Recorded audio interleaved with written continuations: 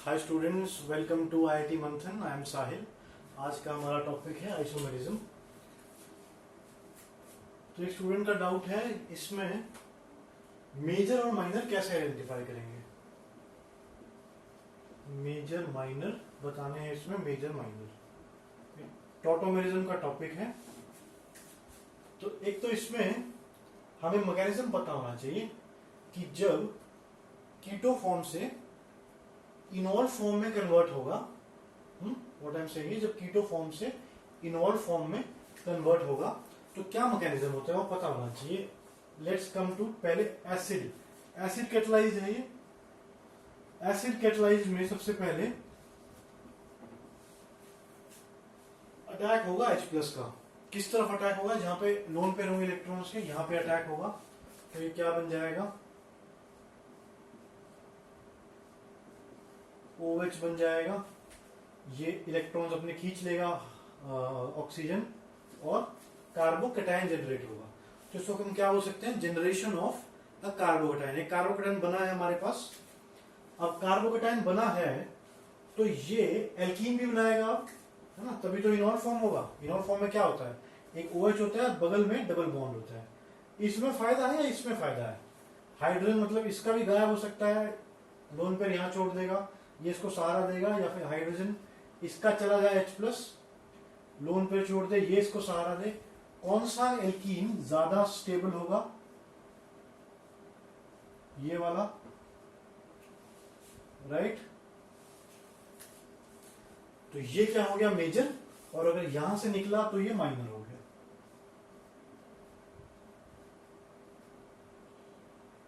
ये वाला माइनर, ये मेजर, मतलब ये Q1 और ये Q2।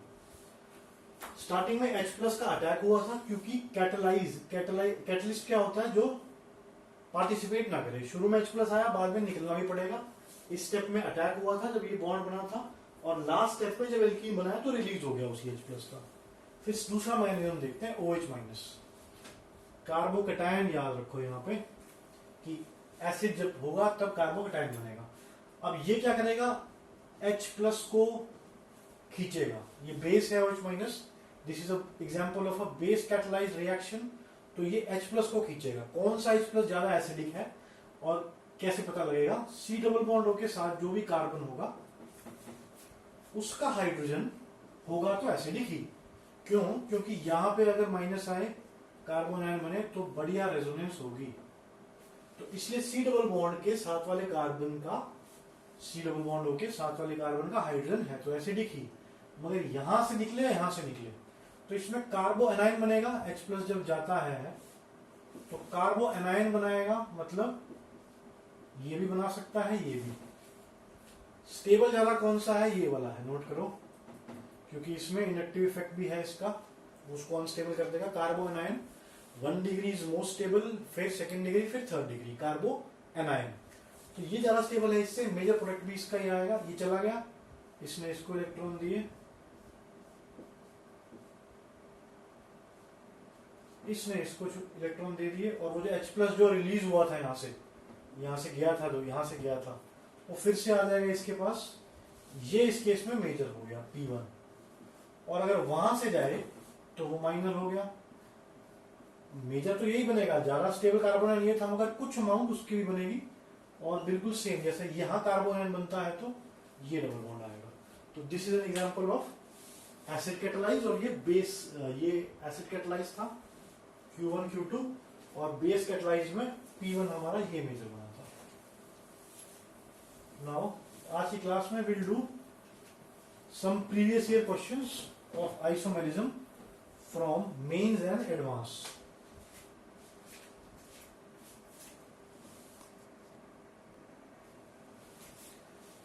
नाउ ये तीनों क्वेश्चंस मेंस के हैं। सबसे पहले इस पे आ जाओ। इसकी कॉन्फ़िगरेशन बतानी है 2 की, कार्बन की और 3 कार्बन की। इसका नॉमेनक्लेचर अगर हम करें तो COOH ग्रुप कैसा है? फंक्शनल ग्रुप टर्मिनल है। फर्स्ट नंबर इसको, सेकंड इसको, 3 इसको, 4th इसको। स्टीरियो सेंटर्स कौन, स्टीरियो एक्टिव कौन से? कायरल कार्बन 2 और 3। तो उन्हीं का SR बताना है हमने। और इसको देखते हैं पहले, सेकंड वाले को। सबसे ऐसा कौन सा आइटम है जिसका मास सबसे ज्यादा है? कार्बन, हाइड्रोजन, ऑक्सीजन और कार्बन में ऑक्सीजन है, तो फर्स्ट प्रायोरिटी यहाँ पे है। फिर इस कार्बन में लड़ाई है। और देखते हैं इस कार्बन से कौन से ग्रुप जुड़े हैं और इस वाले कार्बन से कौन से ग्रुप जुड़े हैं। Chlorine CH3H। ऐसा जब कुछ हो तो डबल बॉन्ड को कैसे लिखते हैं? दो सिंगल बॉन्ड बना के। तो इसमें लड़ाई है। इसका सबसे पावरफुल एटॉमिक मास जिसका सबसे ज्यादा हो वो कौन सा है? क्लोरीन। इसका तो ऑक्सीजन है। क्लोरीन ऑक्सीजन में जब लड़ाई हुई कौन जीता? क्लोरीन। तो ये सेकंड वाला, ये थर्ड वाला, ये फोर्थ वाला, ये 4 ग्रुप हमने बना लिए। अब बताओ 1 से 2 से 3 अगर हम जाएं, ये कौन सी डायरेक्शन हो गई? क्लॉकवाइज। मगर ये जो चौथा ग्रुप था ये अगर यहां हो तो ठीक है, जो कॉन्फ़िगरेशन आई है वही लिखनी है। आर आई है तो आर लिखो। मगर अगर ये यहां नहीं है, इन दोनों पोजीशन के ना इधर है ना इधर है, वर्टिकल पे नहीं है, तो उल्टी कर दो। आर को उल्टा कर दो एस। आर आई थी, उसको हमने ऑपोजिट लिया उसका एस। क्यों? ये वर्टिकल पे नहीं था। ऐसे थर्ड पे आओ, क्लोरीन की फर्स्ट प्रायोरिटी। अब इस और इस कार्बन में इसकी ज्यादा होगी। क्यों? इसका सबसे भारी ग्रुप ऑक्सीजन है, इसका तो सारे हाइड्रोजन ही है। 3 और 4। अब देखो 1 2 3, 1 2 3 ऐसे आ रहा है। कैसे है? एंटी क्लॉकवाइज है एस। मगर यही चीज 4 यहां पे नहीं है तो उल्टा कर दो आर। तो 2 पे एस और 3 पे आर। कौन सी ऑप्शन है? Option A. अगला क्वेश्चन पढ़ो। Number of sigma bonds. इसकी ऑप्शंस भी थी, बहुत ही सिंपल था इसलिए मैंने ऑप्शन नहीं लिखी है। ऐसे ही ट्राई करो। Number of sigma pi lone pairs in इनॉल form of acetone. Acetone का फॉर्मूला देख लो। ये एसीटोन है, इसमें इसका पहले तो इनॉल फॉर्म लेना है। ये कौन सा फॉर्म है? कीटो फॉर्म। इनॉल में क्या होता है? हाइड्रोजन इधर कूदेगा, डबल बॉन्ड यहां पे आएगा और CH3। कितने सिग्मा बॉन्ड है इसमें? चलो ऐसे लिख लो।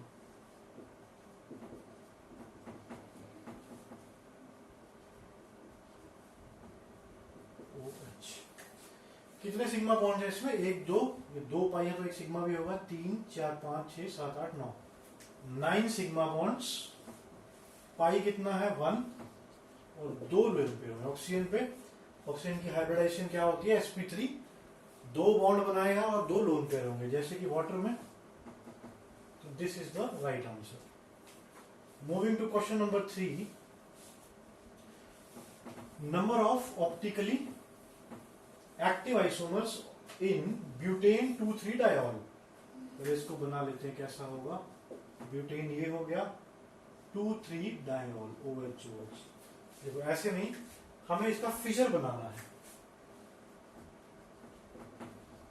ठीक है, ये सही है 2,3 डायोल। इसको फिशर में ले आओ तब इजी रहेगा एनालाइज करना।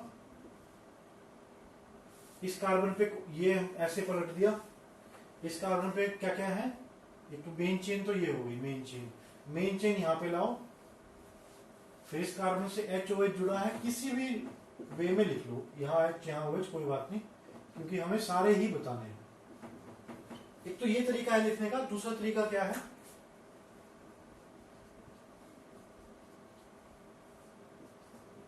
HOH OH H। और तीसरा तरीका क्या है इसमें? पहले इसको देखो, क्या ये ऑप्टिकली एक्टिव है? नहीं लग रहा मुझे तो। क्यों? ये बिल्कुल मिरर इमेज है। इस प्लेन के अबाउट एकदम मिरर इमेज आ रही है। OH OH का रिफ्लेक्शन, HH की चीज। This is optically inactive. और क्वेश्चन अगर चेक करो तो हमें बताने हैं number of optically active isomers. तो ये तो नहीं है। क्यों? इसमें प्लेन ऑफ सिमेट्री है। ये कार्बन कायरल है, चारों ग्रुप अलग है। ये कार्बन भी कायरल है, इस पे H अलग, OH अलग, CH अलग, और ये बड़ा सा ग्रुप अलग। मगर क्योंकि प्लेन ऑफ सिमेट्री है, ऐसा कोई प्लेन है जिसमें ऊपर और नीचे एक दूसरे की मिरर इमेज है, इसलिए ये ऑप्टिकली इनएक्टिव है। क्या ये ऑप्टिकली एक्टिव या इनएक्टिव है? इसमें भी कायरल कार्बन वही दो हैं, थोड़े से बॉन्ड घुमा दिए, ये प्लेन ऑफ सिमेट्री तो नहीं है। अगर तुम सोच रहे हो ये प्लेन ऑफ सिमेट्री है, क्या ये OHH रिफ्लेक्शन है? नहीं, ये नहीं। तो दिस इज ऑप्टिकली एक्टिव। और हर ऑप्टिकली एक्टिव की एक परछाई होती है जिसको हम बोलते हैं एनांटियोमर्स। इसकी भी होगी।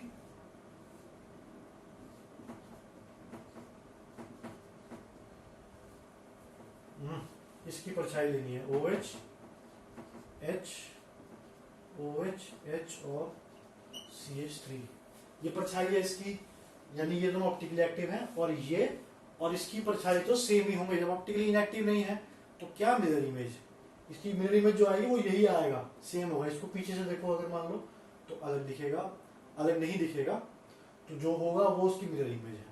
तो ये इनएक्टिव है, ये दो ऑप्टिकली एक्टिव आए हैं, ये मीजो वाला है इंटरनल कॉम्पेंसेशन। तो आंसर इज 2। देखो इसको थोड़ा सा अगर स्टेटमेंट को चेंज कर दें, ब्यूटेन, थोड़ा सा स्टेटमेंट को चेंज कर देंगे, ब्यूटेन 2,3 डायोल की जगह 1 क्लोरो कर देते हैं, ठीक है, CH2Cl। अब देखते हैं कैसा बनता है, CH3 HOH HOH और CH3।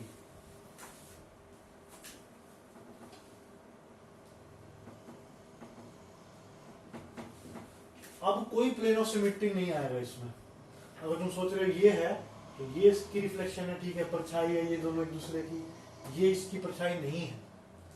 अब कोई प्लेन ऑफ सिमेट्री नहीं है। अब कितने होंगे कंपाउंड्स? 4 होंगे। बनाओ एक बार।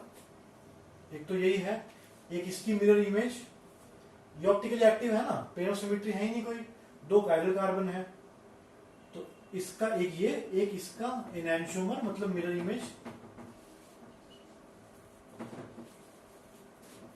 और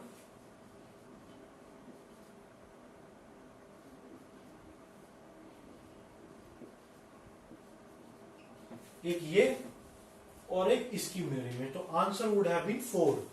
वो बिल्कुल सिमेट्रिक था तो उसमें 2 ऑप्शन थे, एक मीजो बन रहा था। इसमें ये वाला मीजो नहीं बन रहा, ये भी एक्टिव है, तो इसका एक भाई होगा मिरर इमेज, वो भी ऑप्टिकली एक्टिव होगा। टोटल कितने हो गए? 4।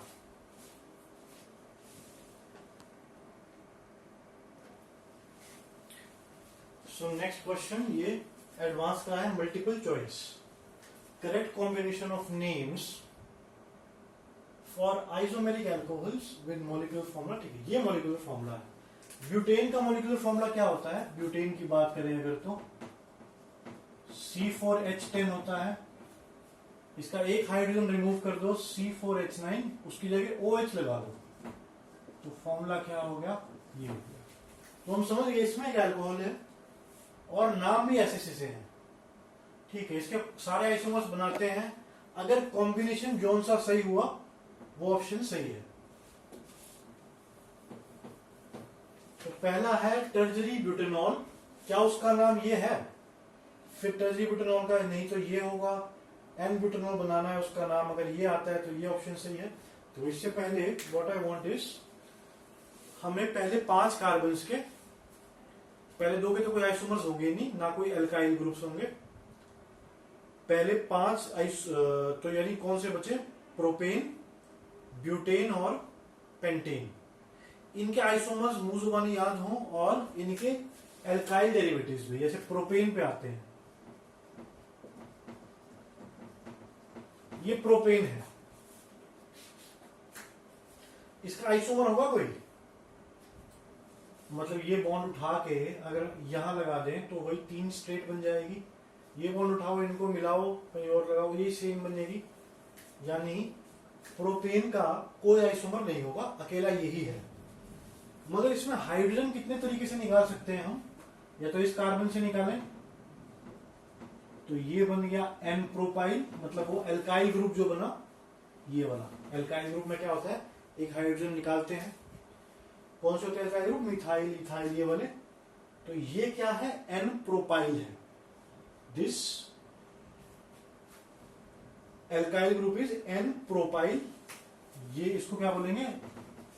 एन प्रोपेनॉल या n propyl alcohol, n propanol भी बोल सकते हैं। तो फिर यहां से जब कोई हाइड्रोजन जाए तो उसको बोलेंगे एन प्रोपाइल। दूसरी ऑप्शन है यहां से इस वाले कार्बन से कोई हाइड्रोजन जाए, उसका नाम होगा आइसोप्रोपाइल अल्कोहल। मतलब OH लगाए अगर तो उसकी जगह, वरना जो भी कोई ग्रुप लगाए उसी का नाम आ जाएगा, आइसोप्रोपाइल साइनाइड, जो भी ग्रुप लगा हो। OH लगाया है तो आइसोप्रोपाइल अल्कोहल। तो प्रोपेन से हमने क्या सीखा कि आइसोमर तो नहीं होगा उसको कोई, लेकिन एल्काइल ग्रुप्स कितने बन सकते हैं उससे? दो तरह से हाइड्रोजन निकल सकते हैं, या इस कार्बन से जाए इस कार्बन से जाए, बात एक ही है, घुमा के इधर ले आओ उसको, एक ही है क्या, एन प्रोपाइल और फिर आइसोप्रोपाइल। ऐसे ये याद होने चाहिए, ठीक? कर तो लोगे अगर एक बार भी देखा हुआ है तो एग्जाम में, टर्जरी ब्यूटाइल सेकेंडरी ब्यूटाइल बना लोगे, पर what I want is time ना लगे। अगर जो मेन कंसेप्ट है सारा टाइम उस पर दे रहे हो तो ज्यादा अच्छे चांस है सॉल्व होने के। अगर यही टाइम लग रहा है कि अच्छा टर्जरी ब्यूटाइल कैसा होता था, बना के देख रहे हैं, उसमें इलेक्ट्रोफाइल लिखा हुआ है, फिर इलेक्ट्रोफाइल पे दिमाग जा रहा है, इलेक्ट्रोफाइल क्या होता था, अच्छा इलेक्ट्रॉन लविंग नेगेटिव, तो मेन जो कॉन्सेप्ट है उस पे फोकस होने के चांस कम हो जाते हैं। लेट्स कम टू नाउ, हमने प्रोपेन किया, फिर ब्यूटेन देखते हैं कितने आइसोमर आ सकते हैं। पहले तो इसके 1 2 3 4 तोड़ के यहां लगा दें इसको, 2 आइसोमर्स ही हैं इसके, और नहीं बनेंगे। क्या कि इस कार्बन को तोड़ के यहां लगा दिया और कोई ऑप्शन नहीं है, तो 2 इसके आइसोमर्स हो गए ब्यूटेन के। एल्काइल देखते हैं, या तो यहां से निकालो, तो क्या बना, 1 2 3 4, यहां से निकाल दिया, इसको बोलते हैं एन ब्यूटाइल। यहां से निकाल लोगे तो OH यहां लगा तो सेकेंडरी ब्यूटाइल। इसमें कितने ऑप्शन है, तो यहां से निकालो, तब बना आइसोप्रोपाइल।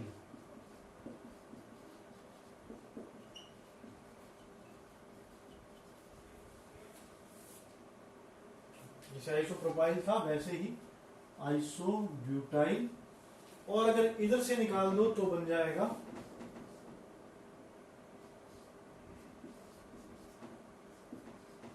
टर्जरी ब्यूटाइल। तो ये 4 ग्रुप हैं, कौन से, n butyl, secondary butyl, isobutyl और टर्जरी ब्यूटाइल। ये चारों याद होने चाहिए। अच्छा, आइसो का क्या केस है, कोई भी कितने भी कार्बन हो, एक एक्सेप्शन ऑक्टेन का छोड़ के, जहां से हाइड्रोजन गया है या दूसरा ग्रुप अटैच्ड है, जिस एक एंड से वो ग्रुप अटैच होगा और दूसरे एंड से एक कार्बन छोड़ के मिथाइल ग्रुप लगा हुआ होगा, जैसे यहाँ पे ये आइसो फॉर्म है। कितने कार्बन है, 1 2 3 4 5 6, तो क्या बन गया, आइसो हेक्सेनॉल या आइसो हेक्साइल ग्रुप बन गया। ये कितने भी कार्बन हो, 8 को छोड़ के, वो एक्सेप्शन है, लास्ट वाले से OH जुड़ा हो और एक पहले वाले से, मतलब चेन है कार्बन की, एक चेन के आखिर से OH जुड़ा है, दूसरी चेन के आखिर के बगल वाले कार्बन पे एक मिथाइल ग्रुप है, तो वो हो गया आइसो। आइसो ऐसे ही चलेगा हमेशा। तो 4 हमें याद रखने हैं। हम ऐसे भी याद रख सकते हो कि ब्यूटाइल में क्या है, एक टर्जरी में क्या है, टर्जरी में 3 डिग्री होगा, 3 कार्बन से जुड़ा है, एक OH से जोड़ दो, बस टर्जरी ब्यूटाइल। आइसो में तो अभी पढ़ा हमने आइसोप्रोपाइल, आइसोब्यूटाइल। सेकेंडरी में क्या है, ये कार्बन होगा, 2 कार्बन से जुड़ा होगा, सेकेंडरी ब्यूटाइल है तो टोटल 4 कार्बन है, तो चौथा हाइड्रोजन यहां भी जुड़ सकता है, यहां भी, यहां भी। यहां जोड़ोगे तो ये सेकेंडरी बन गया। मैं सेकेंडरी ब्यूटाइल की बात कर रहा हूं, कैसे याद रखना है इसको। सेकेंडरी है तो 2 कार्बन से जुड़ा हुआ होगा ही, पर ब्यूटेन है तो टोटल 4 कार्बन होंगे। अब एक जो और कार्बन है वो यहां भी जुड़ सकता है, यहां भी और यहां भी। यहां जुड़ा तो सेकेंडरी का टर्जरी हो जाएगा, तो यहां जोड़ दो या यहां जोड़ दो, बात एक ही है, कंपाउंड सेम बनेगा। नाउ इसे 4 याद होने चाहिए, कौन से, एन, सेकेंडरी, टर्जरी और iso. Now coming on to pentane, 1 2 3 4 5, एक ये पॉसिबिलिटी है, और क्या पॉसिबिलिटी है, 3 4 5 ये पॉसिबिलिटी है, और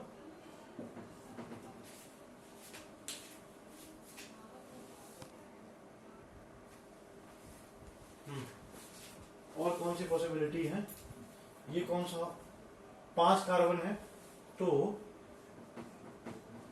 4 यहां लगा सकते हैं, ये 3 आइसोमर ही बन सकते हैं। अब इसके अंदर हमें पेंटेन के एल्काइल कौन से याद रखने हैं। सबसे बढ़िया तो ये है सिंपल वाला, यहां से हाइड्रोजन निकला बिल्कुल कोने से, तो क्या बन गया, एन पेंटाइल ग्रुप बन गया। ये बिल्कुल आखिरी से अगर हाइड्रोजन निकला हो तो एन पेंटाइल, यहां से निकला हो तो नियोपेंटाइल, ये एक एन पेंटाइल नियोपेंटाइल। फिर अगर यहां से निकला हो तो इसको क्या बोलेंगे, आइसो पेंटाइल। देखो आइसोमर्स के नाम भी ऐसे ही हैं। ये जो आइसोमर बना था हाइड्रोजन निकलने से पहले, उसका नाम क्या था, एन पेंटेन। ये जो आइसोमर बना था इसका नाम था नियोपेंटेन, और इसका हाइड्रोजन निकालोगे तो बन जाएगा नियोपेंटाइल। इस आइसोमर का नाम क्या था, आइसोपेंटेन। इधर से निकालोगे तो आइसोपेंटाइल बन गया।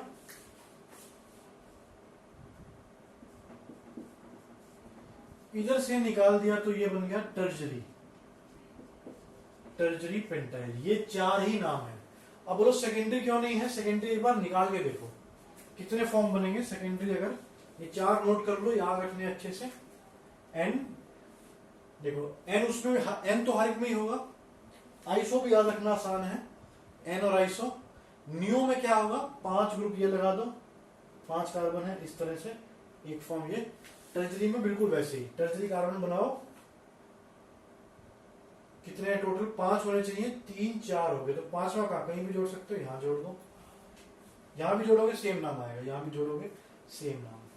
अब दिमाग में आता है कि सेकेंडरी पेंटेन क्यों नहीं होता, पेंटाइल ग्रुप जैसे ब्यूटाइल में था सेकेंडरी, ऐसे सेकेंडरी पेंटाइल में क्यों नहीं होता, क्योंकि इसमें बहुत सारे बन जाएंगे सेकेंडरी, 1 से ज्यादा बन जाएंगे। ये भी है एक सेकेंडरी, इसका नाम अलग आएगा, इसका नाम अलग आएगा, ये दोनों ही सेकेंडरी हैं। तो एक से ज्यादा हो जाए जब, तब नाम नहीं देते कॉमन, क्यों कंफ्यूजन होगी। सेकेंडरी ब्यूटाइल एक ही बनेगा, दोबारा कोशिश करके बना लो, 2 बनते हो तो। सेकेंडरी ब्यूटाइल एक ही है इसलिए उसका नाम दिया हुआ है। सेकेंडरी पेंटाइल 2 एक से ज्यादा बनते हैं इसलिए उसका नाम नहीं दिया हुआ। तो हमें पेंटेन के 2 अल्काइल ग्रुप याद रखने हैं, आइसो और एन। एन सभी का होगा, ब्यूटेन में 4 हैं, एन, आइसो, टर्जरी और सेकेंडरी, मतलब एन सेकेंडरी टर्जरी और आइसो तो होगा ही। पेंटेन में एन सेकेंडरी नहीं है, टर्जरी, नियो और आइसो।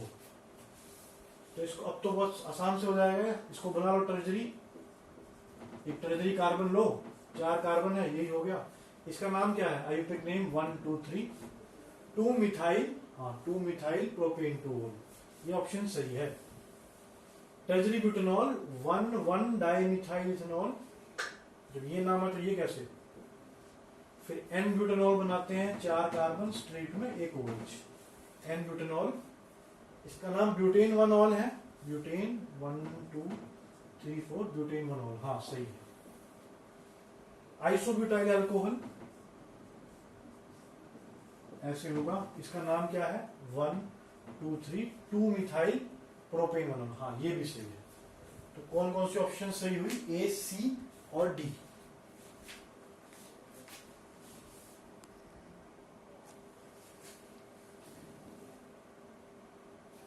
ये क्वेश्चन भी एडवांस का है और मल्टीपल चॉइस ऑप्शन का है। इसमें हमें बताना है how are these compounds related to M. M हमारा मेन है, ऑप्शंस में जगह नहीं थी, मैं इसके एक बार ड्रॉ कर ले सारे, फिर लिखता हूं ऑप्शंस। ऑप्शंस कैसी हैं कि एम से रिलेटेड कैसे हैं, कि क्या एन एम का मिरर इमेज है, या डायस्टीरियोमर है, या सेम कंपाउंड है, इस तरह से पूछ रहे हैं ऑप्शंस। तो पहले तो हम MnOPQ को अच्छे से बना लें, कैसे, फिशर प्रोजेक्शन में बना लें, फिर ही कंपेयर कर पाएंगे। तो ये M, N और O किस फॉर्म में है? सॉ हॉर्स फॉर्म में है ये, और P और Q किस फॉर्म में है? न्यूमन में है, राइट?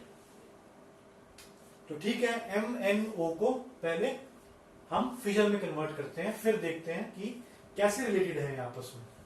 सबसे इंपॉर्टेंट है हमारे लिए M, क्योंकि वो उससे रिलेटेड ही पूछ सकता है। हाउ आर दीज यानी NOPQ रिलेटेड टू M? कैसे बनाते हैं सॉ हॉर्स से फिजर की? पहली कंडीशन तो यह है कि दोनों कार्बन ही YY फॉर्म में होने चाहिए।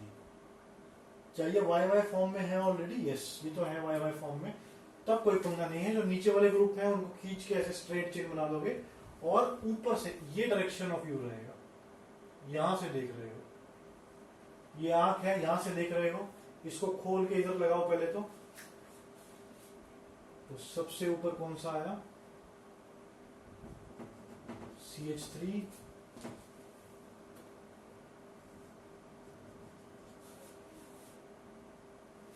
एक मिनट, लेट मी चेक। ये Cl है,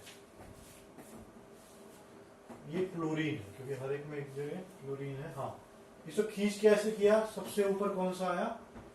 क्लोरीन, नीचे ये वाला आया CH3, और अगर हम टॉप से देख रहे हैं तो ये कैसा दिख रहा है? HOH,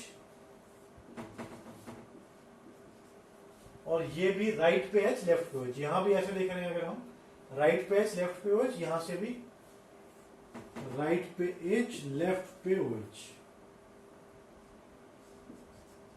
CH3।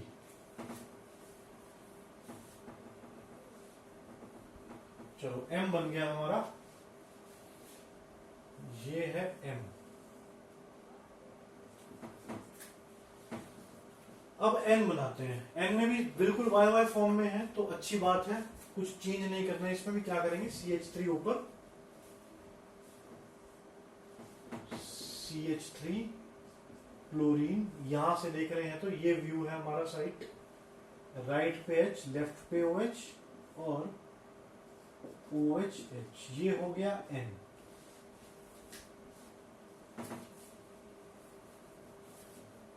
Now coming to, ये N है, ये M है। नाउ O देखें अगर हम, तो ये YY फॉर्म में नहीं है। ये वाला कार्बन तो है Y फॉर्म में, ये Y फॉर्म में नहीं है। तो कैसे करना पड़ेगा? 180 डिग्री इसको हिलाना पड़ेगा, सारे बॉन्ड्स को 180 डिग्री शिफ्ट कर दो। ये नीचे आ जाएगा, ये ऐसे और ये ऐसे। तो यानी इसको नया बनाओ एक बार, N को। OH इधर गया, वो H इधर आया, क्लोरीन नीचे चला गया, CH3HOH। अब ठीक है, इस फॉर्म में ला सकते हैं इसको भी घुमा के। O को कैसे आएगा? क्लोरीन ऊपर, CH3 नीचे, वहां से राइट से देखो, ऊपर राइट पे H है, लेफ्ट पे OH, नीचे वाले कार्बन में राइट पे H, लेफ्ट पे OH। ये कौन सा था? MNO था ये। बहुत बढ़िया। अब P को लाना है, ठीक है। P को पहले, ये न्यूमन फॉर्म में है, पहले उसको सॉ हॉर्स में लाते हैं। चलो, ये वाला कार्बन तो CH3 OHH, और ये जो पीछे वाला है ये HOHCl, ये है ऑलरेडी किस फॉर्म में? Y फॉर्म में। ये नहीं है, तो क्या कैसे करते हैं? 180 डिग्री घुमा लो इसको। CH3 ऊपर था, CH3 नीचे आ गया, H उधर गया, और OH इधर आ गया। अब बना सकते हैं P का Newman form, Fischer form, sorry. ऐसे घुमा के इसको, और फिर यहां से देखेंगे तो Cl ऊपर आ गया, CH3 इधर, और ये वाले कार्बन का क्या हुआ? राइट पे OH, लेफ्ट पे H, नीचे वाले में राइट पे OH, लेफ्ट पे H। ये क्या था? P था। P फॉर्म आ गया हमारे पास। बचा कौन सा? ये। चलो, इसका भी पहले तो न्यूमन से 100 हॉर्स बनाते हैं।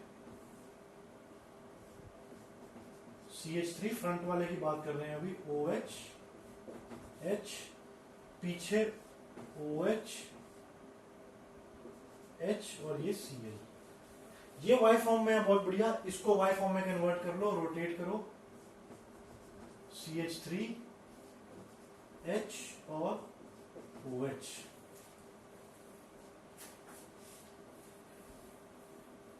कहां से देखेंगे? ऊपर से व्यू है, इनको रोटेट किया, क्लोरीन सबसे ऊपर, CH3 नीचे, राइट पे H लेफ्ट पे OH और नीचे राइट पे OH लेफ्ट पे H।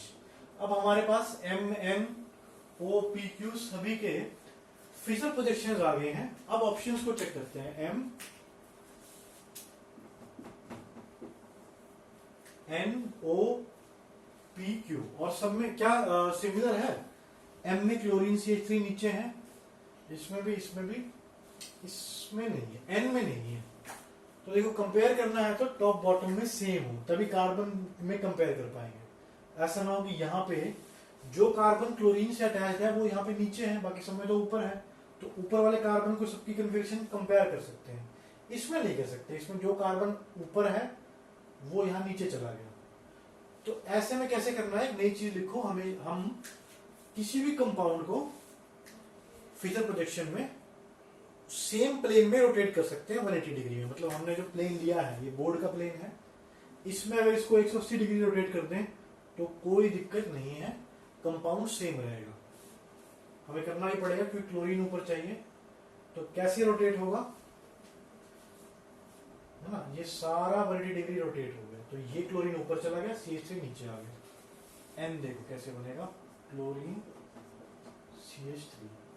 इस बॉन्ड का क्या होगा? ये ऊपर गया है तो ये हाइड्रोजन लेफ्ट साइड पे आएगा,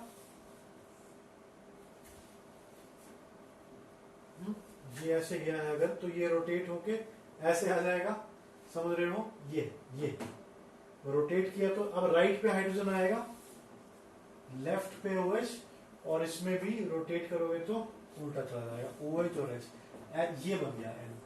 अगर ऐसे नहीं सोच पा रहे हो, विजुअलाइज नहीं कर पा रहे हो, तो बस इतना ध्यान रखो, 180 डिग्री बोर्ड के प्लेन में किसी भी कंपाउंड को रोटेट करते हो तो फिजर प्रोजेक्शन, अगर फिजर प्रोजेक्शन किसी कंपाउंड की 180 डिग्री रोटेट करते हो अबाउट क्या, प्लेन ऑफ, जिस प्लेन में वो है, प्लेन ऑफ बोर्ड में, तो वो कंपाउंड सेम ही रहेगा।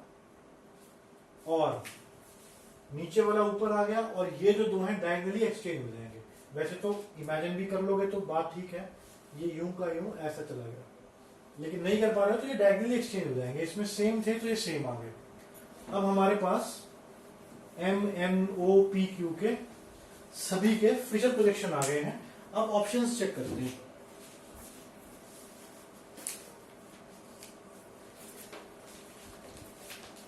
सो फर्स्ट ऑप्शन क्या है? M and N are non mirror image stereo isomers. मतलब आपस में स्टीरियो आइसोमर तो हैं M और N, लेकिन मिरर इमेज नहीं है। M and N are non mirror images. बात ठीक है भाई, इसका मिरर इमेज तो नहीं है, ये नहीं है, ठीक है। Second option, M and O are identical. M and O are identical नहीं है, आइडेंटिकल। M अलग है, O अलग है। Next option, M and P are enantiomers. क्या ये इसकी मिरर इमेज है? हाँ है, देख रहे हो ClCH3 सेम है, इसकी मिरर इमेज है तो यहाँ S छपेगा, उस तरफ OH, इधर OH छपेगा, उस तरफ मिरर इमेज भी नहीं है तो sorry. M and P are enantiomers यानी मिरर इमेजेस। अरे सॉरी, M कहां पे है? यहां पे। बी ऑप्शन को फिर से देखो, M और O, M और O क्या ये आइडेंटिकल है? नहीं, भी आइडेंटिकल तो नहीं है। M and O are not identical. ये ऑप्शन तो हमारी चेंज नहीं हुई, ये मिरर इमेजेस है, आइडेंटिकल नहीं है। अब सी पे देखते हैं, M और P आर इनएंशियोमर्स। क्या इनएंशियोमर्स हैं? इसकी मिरर इमेज लो अगर, तो H इस तरफ, OH इस तरफ, H इस तरफ, OH, उसमें बिल्कुल सेम हो रहा है, तो सी ऑप्शन सही है। M and P are mirror images. फिर लास्ट ऑप्शन क्या है, M and Q are identical. M ये रहा, क्यू ये रहा, आइडेंटिकल तो नहीं दिख रहे भाई, एम और क्यू आर आइडेंटिकल, नो। तो कौन सी ऑप्शन सही है, ए एंड सी।